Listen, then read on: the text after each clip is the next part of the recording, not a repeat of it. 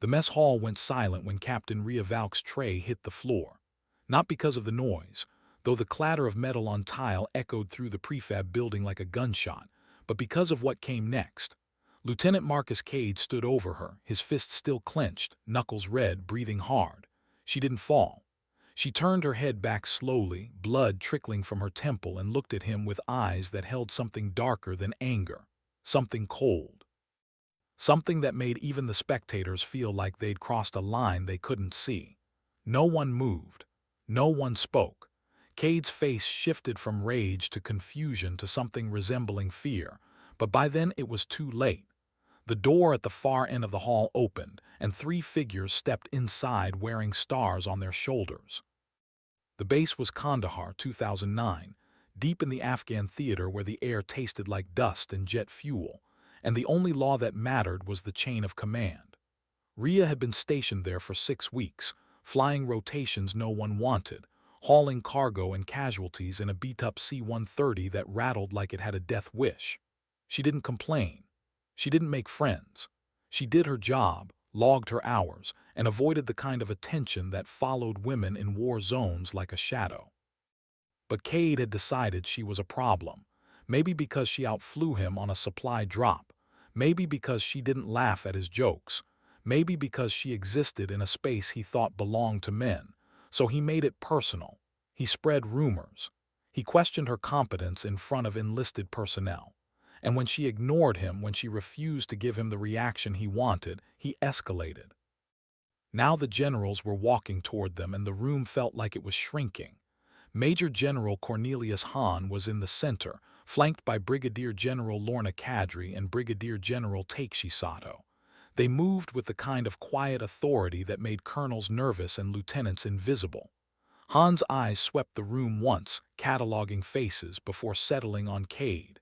He didn't look at Rhea. Not yet. Kadri did, though. She glanced at the blood, at the way Rhea stood perfectly still, and something passed between them. Understanding, maybe, or recognition.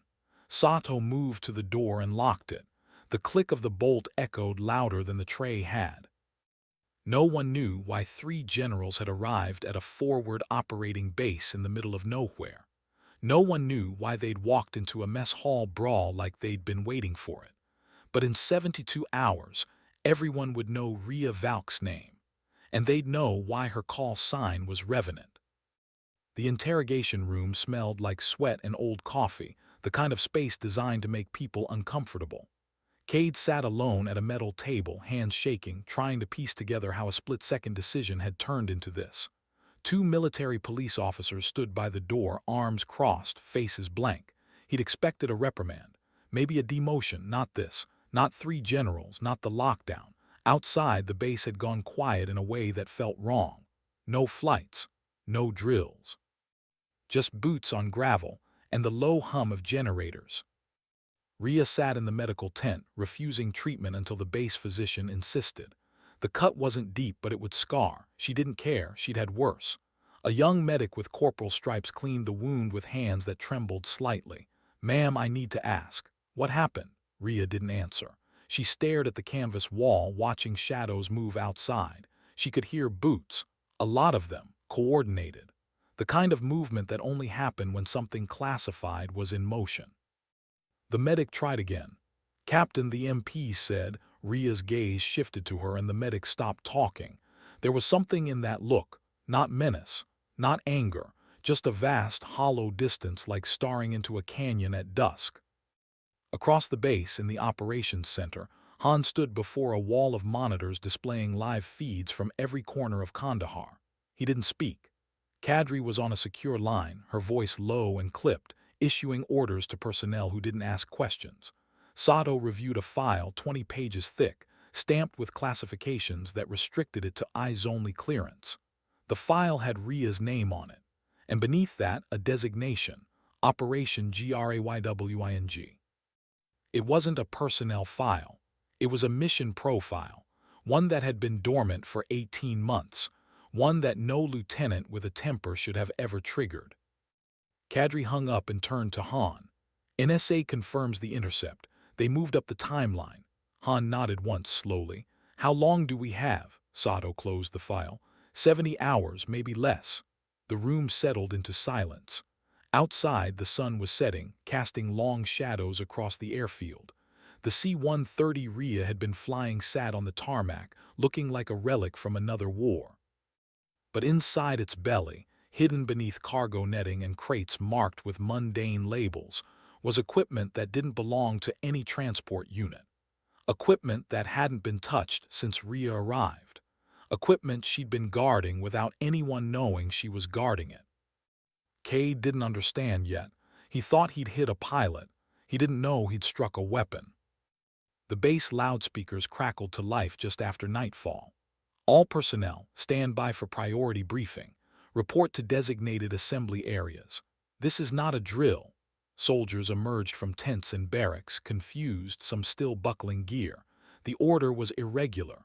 Briefings didn't happen at 2100 hours unless something had gone catastrophically wrong. Rhea walked across the tarmac alone, the bandage on her temple stark white against her tanned skin. She moved with deliberate calm, the kind that comes from muscle memory, from training so deep it bypasses thought. Around her, younger soldiers whispered. They didn't know who she was. She'd been invisible by design, just another pilot flying trash runs. Forgettable, safe. In the operations center, Han addressed a room full of senior officers, their faces illuminated by the blue glow of tactical displays. 18 months ago, we intercepted communications indicating a high-value target was moving through this region. Not a person, a device. Soviet-era nuclear material, small-scale but viable. Intelligence suggested it was being sold to a non-state actor. We couldn't act overtly, so we embedded an asset. He paused, letting the weight of that word settle. Captain Rhea Valk was inserted under standard cover. Transport pilot. Unremarkable. Her real mission was to monitor, gather intel, and if necessary, secure the material before it left the region. For 18 months she's been dark. No contact. No updates, because the moment she signaled, the operation would be exposed. Colonel Eva Renaud, commander of the airlift wing, leaned forward. Then why is she here? Why the cover? Kadri answered. Because the device is here, on this base, hidden in plain sight, and as of 6 hours ago, hostile forces know it. They're moving to retrieve it tonight. The room erupted in controlled chaos, voices overlapping, questions firing. Han raised a hand. Silence fell. Captain Valk has maintained operational security under extreme conditions. She's flown 87 missions, logged over 200 hours, and never once broke cover. Until Lieutenant Cade struck her in front of witnesses. That forced our hand. We had to lock down the base before anyone could relay what they saw. Sato added, Cade didn't know it, but he just activated a tripwire. If Valk is compromised, the enemy assumes the device is too. They'll attack. Hard, fast, and they won't care about collateral damage. Outside, Rhea reached the operations center. 2 guards stepped aside without a word. Inside, the briefing room was packed. When she entered, every head turned. The silence was different now. Not shock, respect. Han met her eyes. Captain, welcome back. Rhea stood at the edge of the briefing room, arms loose at her sides, expression unreadable. She didn't salute, didn't speak, just waited. Han gestured to the tactical display behind him, a satellite image of Kandahar overlaid with threat vectors and probable ingress routes. At 1900 hours, SIGINT intercepted coded transmissions originating 12 kilometers north. Linguistic markers match a cell linked to the Haqqani network. They referenced an asset, our asset, the device. He tapped a console and the image zoomed in on a cluster of buildings outside the base perimeter. We estimate a strike team of 15 to 20 operatives. They'll move under cover of darkness. Their objective is extraction, not destruction. They need the device intact. Kadri stepped forward. Captain Valk has spent 18 months creating a profile that made her invisible, flying low-priority routes, keeping her head down. But invisibility only works if no one looks. Cade's assault in a public space broke that. By now, every enlisted soldier on this base knows her name, knows something happened. And in an environment this porous, information leaks. We have to assume the enemy knows she's been activated. Sato brought up a schematic of the C-130. The device is here. concealed inside a false cargo pallet. It's been moved 17 times across different flights to avoid detection. Valk's the only one who knows its exact location at any given time. No ground crew, no co-pilot, just her. Renaud's jaw tightened. You're telling me we've been flying a live nuclear device around a combat zone for a year and a half? Han's voice didn't waver. Under controlled conditions, yes, it was the safest option. Static storage invites inspection. Constant movement hidden among routine logistics creates noise. The device becomes invisible. Rhea finally spoke, her voice low and steady. It's stable, shielded. No radiation signature. It's not a bomb, it's material. Weapons grade but unrefined. Alone, it's useless. In the right hands, it's leverage, or worse. Her accent was slight, European, maybe Baltic. No one had asked before, no one had cared. Han nodded. Our mission is threefold. 1. Secure the device. 2. Eliminate or capture the strike team. 3. Extract Captain Valk and the asset before this escalates into an international incident. He looked around the room. This is a black operation. Nothing gets reported. Nothing gets logged. As far as the rest of the base is concerned, this is a security drill. Question. Silence. Then a major in the back raised his hand. What about Cade? Kadri's expression hardened. He's confined. He'll be charged, but not until this is over. Right now, he's a liability. No one talks to him. No one mentions this briefing. Rhea's gaze drifted to the window overlooking the airfield. The C-130 sat under floodlights, looking ancient and battered. She'd flown it so many times she knew every vibration, every rattle, every quirk of its aging hydraulics. It was her cover, her prison, and now her weapon. How long until they move? She asked. Han checked his watch. Best estimate, 4 hours, maybe less. The room emptied in minutes, officers dispersing to coordinate defensive positions and alert select personnel.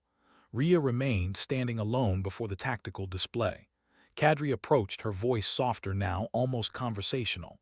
I read your file, the real one. Talon 2004, the embassy extraction. They said you flew a helicopter through a building. Rhea's lips twitched, almost a smile. Through a window, big difference. Kadri studied her. Why Revenant? The question hung in the air. Rhea turned, meeting her eyes. Because I died once, in a training accident, flatlined for 2 minutes. When I came back, everything was different, quieter, like I was watching the world through glass. She paused. I stopped being afraid, and that made me useful. Kadri nodded slowly. You know this is a one-way ticket if it goes wrong.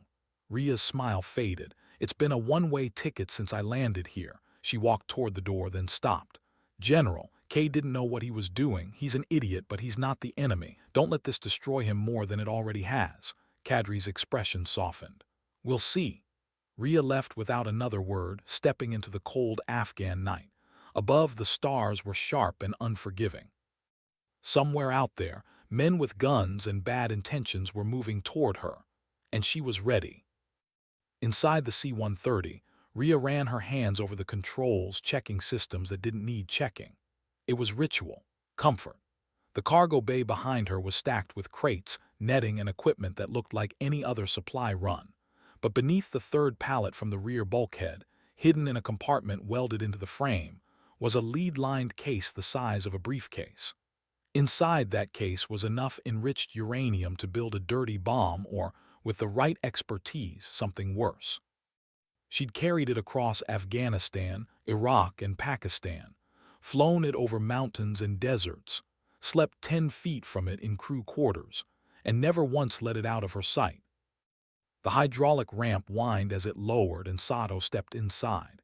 He was older than the other generals, lean and precise, with the kind of stillness that came from decades in intelligence.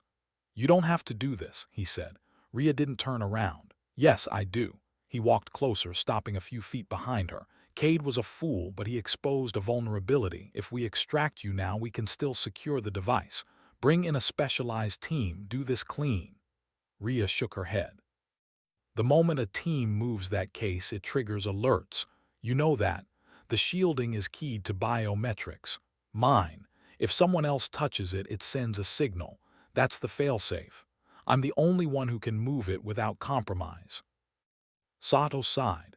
Then we get you out together, load it, fly it to a secure site, and disappear you. New identity, new life. Rhea finally turned, her eyes hard. You think I don't know what disappearing means? I've been disappeared for 18 months. I'm tired, General. I'm tired of being invisible, of pretending I'm less than I am. If I'm going to finish this, I'm finishing it my way. Sato studied her, then nodded. Your way, but we'll be watching. And if things go south, we pull you out whether you like it or not. He left and Rhea was alone again. She climbed into the pilot's seat, hands resting on the yoke. Outside, the base was alive with quiet movement, defensive positions being reinforced, snipers taking position on rooftops, heavy machine guns mounted on sandbag emplacements. It looked like preparation for a siege. In a way, it was. She plugged in her headset and switched to the command frequency.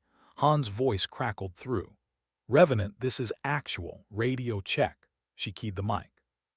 Revenant reads you 5x5. Good. We've got eyes on 3 vehicles approaching from the north. No lights. Thermal shows 15 bodies. They're moving slow, cautious. Rhea's pulse didn't quicken. She'd learned long ago to control that. Time to contact. 30 minutes, maybe less. She leaned back, staring through the windscreen at the night sky. The stars were the same ones she'd seen over Talon, over Kandahar, over every mission that had brought her to this point. She thought about her call sign, Revenant, something that returns from the dead. She'd chosen it herself after the accident, after the 2 minutes of nothing. Some of the other pilots thought it was dramatic, pretentious, but it wasn't. It was a reminder. She'd been given a second chance, and she wasn't going to waste it on fear. Radio crackled again. Revenant, be advised. Enemy force has split. 10 moving toward the perimeter, 5 circling east. They're probing for weak points. Rhea's fingers tapped the console. Actual, recommend holding fire until they commit. Let them think they have the advantage. A pause. Then Han's voice measured. Concur. All units, weapons tight until my command. The base fell into a tense silence, broken only by the distant hum of generators and the rustle of wind through camouflage netting. Rhea closed her eyes and waited. She was good at waiting. The first explosion came at 2300 hours, a sharp crack on the northern perimeter followed by the stutter of automatic weapons fire. Rhea's eyes snapped open and she grabbed the yoke instinctively, though the C-130 wasn't going anywhere yet. The radio erupted with voices. Contact north, RPG 2 rounds impact on Tower 3, suppressing fire, engaging targets at 300 meters. Medic to the north wall, we've got 2 down. Han's voice cut through the chaos. All units maintain positions. Do not pursue. Revenant status. Rhea keyed the mic. Revenant is secure, standing by. She watched through the cockpit as tracer rounds arced across the night sky, bright lines of red and green stitching patterns into the darkness.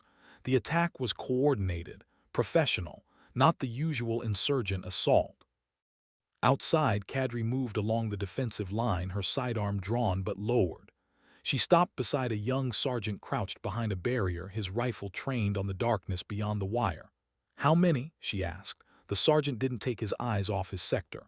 Hard to say, ma'am. At least 8 confirmed. They're using the Wadi for cover. Smart. Kadri nodded. Keep your spacing. They'll try to draw us out. Don't give them the satisfaction. The sergeant grinned despite himself. Yes, ma'am. Another explosion, closer this time, shook the ground. Dust and debris rained down. Kadri moved on, her mind already calculating angles and contingencies. This wasn't about overwhelming force. It was a distraction. The real threat was somewhere else. Inside the operations center, Sato studied a thermal overlay of the base and surrounding terrain. He saw the 10 attackers on the northern perimeter, their heat signatures glowing white against the cool desert floor. But the 5 that had circled east were gone, vanished.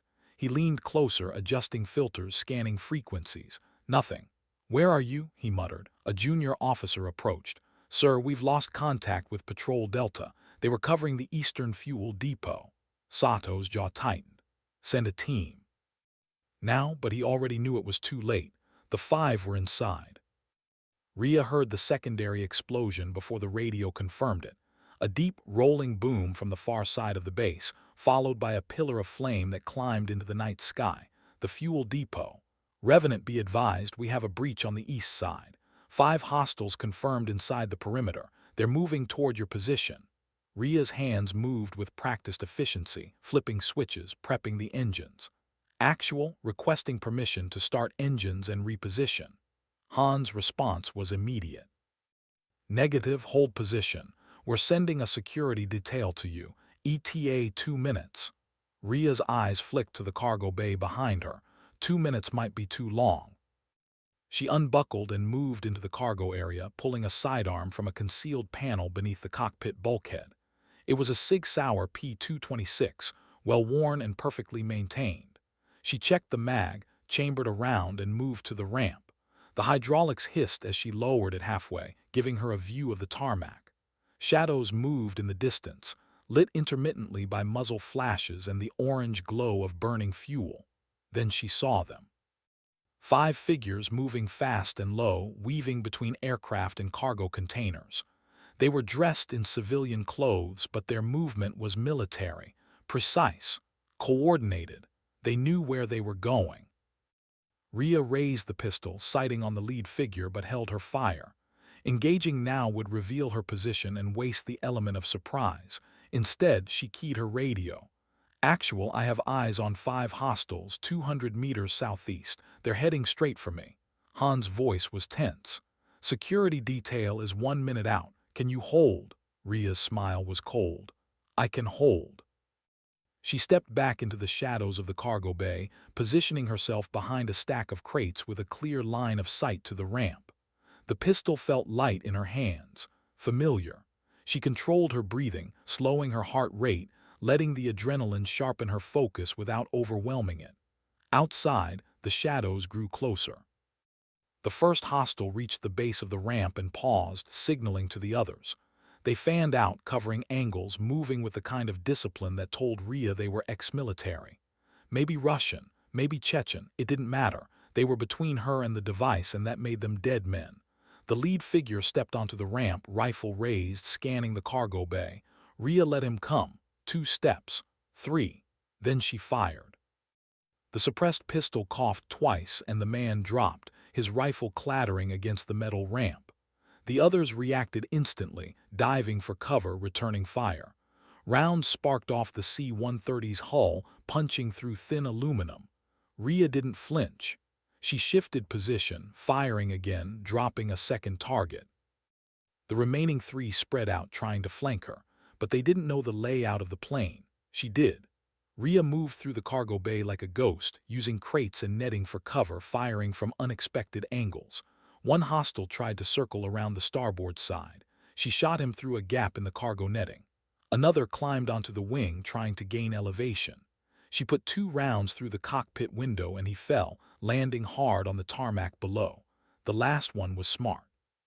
He stayed low, didn't fire, just waited, hunting her the way she was hunting him. Ria crouched behind the false pallet, her breathing steady, ears straining for any sound. The C-130 was silent except for the distant crackle of flames and gunfire from the northern perimeter. Then she heard it, a soft scrape of boot on metal. He was close. She pivoted, bringing the pistol up just as he rounded the corner. They fired simultaneously. His round grazed her shoulder, spinning her sideways. Hers caught him center mass, and he dropped. Ria stumbled, clutching her shoulder, blood seeping through her fingers. The wound wasn't deep, but it burned. She keyed her radio.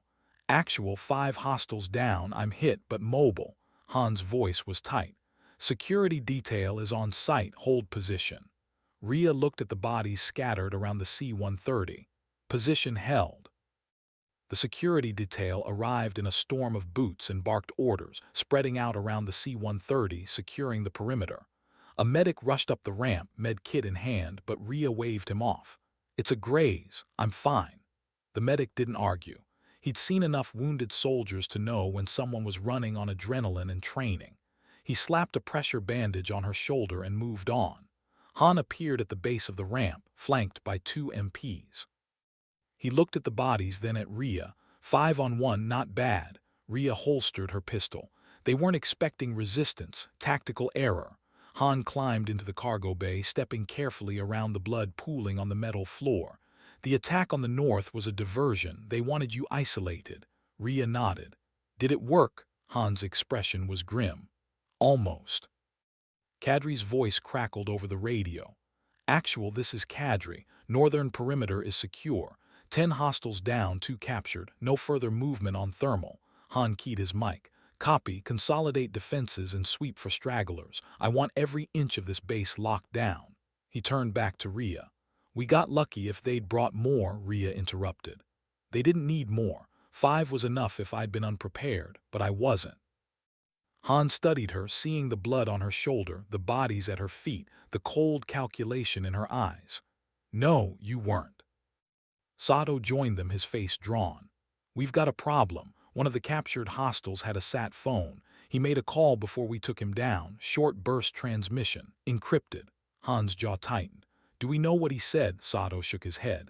NSA is working on it, but the fact that he called means they're not done. This was a probe. The real assault is coming. Rhea walked to the edge of the ramp, looking out over the base. Fires still burned in the distance. Soldiers moved like shadows, tending to the wounded and reinforcing positions. The sky above was lightening, dawn creeping in. How long? She asked. Sato checked his watch. Hours, maybe less. Han made a decision.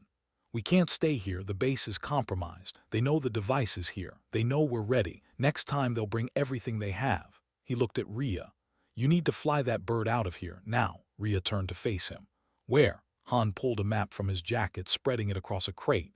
Bagram, it's the nearest secure airfield, 70 miles northwest. You fly low, stay under radar, and get that device into proper custody. Rhea studied the map, calculating flight time, fuel, risk. What about support? Escort, Sato answered. We can't spare fighters without drawing attention. You go alone, dark, silent. Rhea's smile was thin. Story of my life. Han folded the map and handed it to her. You've got 1 hour to prep and launch. After that, we can't guarantee air superiority. They'll scramble everything they have to stop you. Rhea took the map, tucking it into her flight suit. Then I'll be gone in 30. She climbed into the cockpit, ignoring the pain in her shoulder, and began the pre-flight sequence. The engines coughed to life, turboprop spinning up with a deep, thrumming roar that echoed across the tarmac. Outside, soldiers stopped and watched. Word had spread. They didn't know the details, but they knew enough. The quiet pilot with the scar on her temple was leaving, and something about the way she moved, the way the generals deferred to her, told them this was bigger than a simple flight. Kadri approached the cockpit, climbing the ladder to peer through the window. Rhea saw her and cracked the window. Don't suppose you're here to wish me luck. Kadri's expression was unreadable. Luck's got nothing to do with it. You've been flying on skill and spite for 18 months. Don't stop now. Rhea grinned. Spite's underrated. Kadri's face softened just slightly. When this is over, when you land at Bagram, they're going to ask you to do it again. Another mission, another cover. They'll tell you you're indispensable. Rhea's grin faded. And, Kadri met her eyes, tell them no. You've earned the right to be visible. The radio crackled. Revenant, this is Tower. You are cleared for immediate departure, runway 27. Winds light, visibility good, Godspeed. Rhea keyed the mic. Copy, Tower. Revenant is rolling. She released the brakes and the C-130 lurched forward, gaining speed. The aircraft was old, heavy, and protested every movement, but it obeyed. She'd flown it too many times to count, knew its limits and its strengths. As the wheels left the tarmac and the base fell away beneath her, Rhea felt something she hadn't felt in months. Relief. Not because the mission was over. It wasn't. But because for the first time in 18 months she wasn't hiding. She was flying. And that, she thought, was enough. The C-130 climbed into the pre-dawn sky, its silhouette a dark cross against the fading stars. Below, Kandahar shrank to a scatter of lights and smoke. Rhea leveled off at 5,000 feet, low enough to avoid radar, high enough to clear the mountains ahead. The cockpit was dim, lit only by the glow of instruments and the gray light seeping through the windscreen. She checked her course, adjusted trim, and settled into the rhythm of flight. Behind her, the cargo bay was silent. The device sat in its hidden compartment, inert and invisible, but she felt its weight. Not physical, psychological. The weight of 18 months, of every lie she'd told, Every mission she'd flown without knowing if it would be her last. The radio remained quiet. No chatter, no updates, just the hiss of static and the steady drone of the engines. She liked it that way. Silence meant no one was shooting at her. Yet, she flew northwest, following the valleys and ridgelines, keeping the rising sun on her right. The terrain below was harsh and beautiful, a patchwork of browns and grays broken by the occasional green of a river valley. She'd flown this route before, hauling supplies to outposts that clung to mountainsides like barnacles. But this time was different. This time she was the cargo. 30 minutes into the flight, the radio crackled. "Revenant, this is actual. SIGINT reports increased activity on known hostile frequencies. They're looking for you." Ria's voice was calm. "Any specifics?" Han's reply was terse. "Negative, but they're mobilizing. We estimate you have 30 minutes before they figure out your heading." Ria did the math. Bagram was still 40 minutes out. She'd be exposed, vulnerable. Copy that, maintaining course and speed. She pushed the throttles forward slightly, coaxing a few more knots out of the struggling engines. The C-130 shuddered but obeyed. Below, the landscape shifted.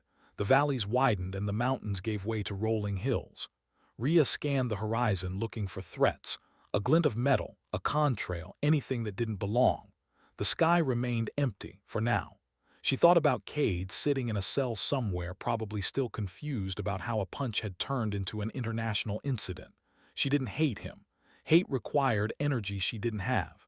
He was a symptom, not the disease. The real problem was the assumption that she didn't belong, that women like her were tourists in a man's war. She'd spent her career fighting that assumption, and she was tired of it. The radio crackled again. "Revenant, this is Bagram Tower. We have you on approach. Be advised we are scrambling a CAP. 2 F-16s will intercept and escort you in." Ria felt a surge of relief. Combat air patrol, fighter cover, she wasn't alone anymore. "Copy, Bagram, appreciate the company." Minutes later, she saw them. 2 sleek silhouettes climbing out of Bagram, contrails streaming behind them. They closed fast, one taking position on her left wing, the other on her right. She could see the pilots' helmets through the canopies, their heads turning to look at her. She waggled her wings in greeting. The lead pilot responded in kind. Then the world exploded. A streak of white shot up from the ground, trailing smoke, and slammed into the C-130's port engine. The explosion was deafening, a metallic scream that tore through the airframe. Alarms blared. Red lights flooded the cockpit. The aircraft lurched violently to the left, and Ria fought the yoke, muscles straining. "Mayday, mayday, Revenant is hit. Port engine is gone." The F-16s peeled off, diving toward the source of the missile, their cannons chattering. Ria didn't watch. She was too busy trying to keep the plane in the air. The starboard engine screamed, overworked, trying to compensate for the loss. The C-130 was heavy, unstable, and losing altitude fast. She ran through emergency procedures, shutting down the damaged engine, feathering the prop, redistributing power. The plane steadied, but barely. She was flying on one engine, and the ground was rising to meet her. "Bagram Revenant, I'm not going to make it to the runway, looking for an emergency landing site." The tower's response was clipped. "Copy, Revenant. There's a dry lake bed 5 miles north of your position. Flat, hard-packed, it's your best option." Ria adjusted her heading, scanning the terrain. She saw it, a pale expanse of white surrounded by low hills. It wasn't ideal, but it would have to do. The F-16 circled above, keeping watch, but they couldn't help her now. This was all pilot, all skill. She dropped the landing gear, felt the drag, and lined up her approach. The lakebed rushed toward her, growing larger, filling her windscreen. She cut power, flared, and prayed. The C-130 hit hard, the landing gear absorbing the impact with a bone-jarring crunch. The plane bounced, settled, and skidded across the dry lakebed, throwing up a cloud of dust and alkali. Ria fought the yoke, keeping the nose straight, riding it out. Finally, mercifully, the aircraft ground to a stop. Ria sat in the cockpit, hands still on the yoke, breathing hard. The engines were silent, the alarms had stopped. Outside, the dust was settling, revealing the stark beauty of the Afghan desert. She keyed the radio. "Bagram Revenant, I."